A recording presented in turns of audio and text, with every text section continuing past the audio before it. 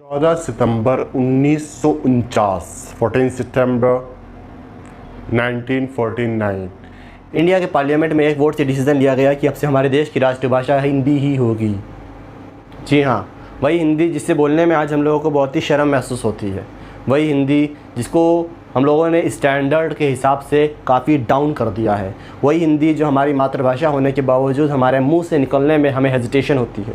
वही हिंदी जिसको बोलने वाले को हम लिटरेट या इलिटरेट, एजुकेटेड अनएजुकेटेड में डिवाइड कर देते हैं। वही हिंदी जिसको हिंदुस्तान के 77% लोग बोलते हैं। वही हिंदी जो सिर्फ इंडिया में नहीं बल्कि इंडिया के अलावा कई और देशों में भी बोली जाती है। वही हिंदी जिसको यूएसए के 44 यूनिवर्सिटीज़ अभी भी अपने सब्जेक्ट में रखे हुए हैं। वही हिंदी जिसे पूरे वर्ल्ड के लगभग 176 यूनिवर्सिटीज़ में एज अ सब्जेक्ट पढ़ाया जाता है। वही हिंदी गूगल ने विश्व में सबसे ज़्यादा खोजे जाने वाली, सबसे ज़्यादा सर्च की जाने वाली भाषा करार दिया है। वही हिंदी जिसे गूगल कहता है कि इसके यूज़र्स दुनिया में सबसे ज़्यादा हैं। हिंदी जो गूगल के अनुसार 19% के रेट से बढ़ रही है इंग्लिश के कंपैरिजन में।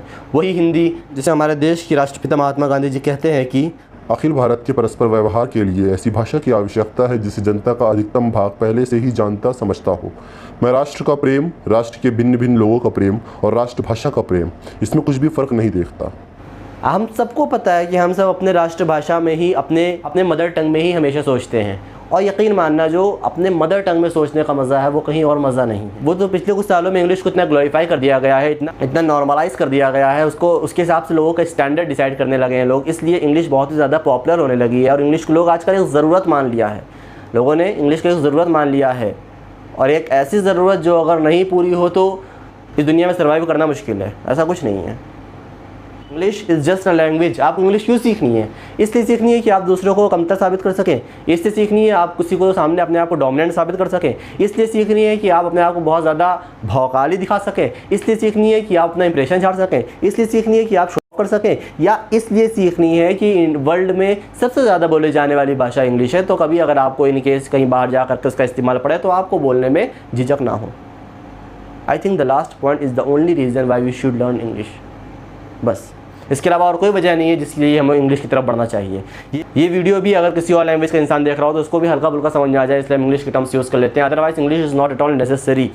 और अगर हम अपने देश से प्रेम कर सकते हैं, अगर हम मातृभूमि से प्रेम कर सकते हैं, तो मातृभाषा से प्रेम करने में क्या दिक्कत है? और अगर हम मातृभाषा से प्रेम करते हैं तो मातृभाषा को बोलने में क्या दिक्कत है? और अगर हम मातृभाषा को बोलते हैं तो मातृभाषा को बोलने वाले इंसान को जज करने की क्या ज़रूरत है? कोई ज़रूरत नहीं है।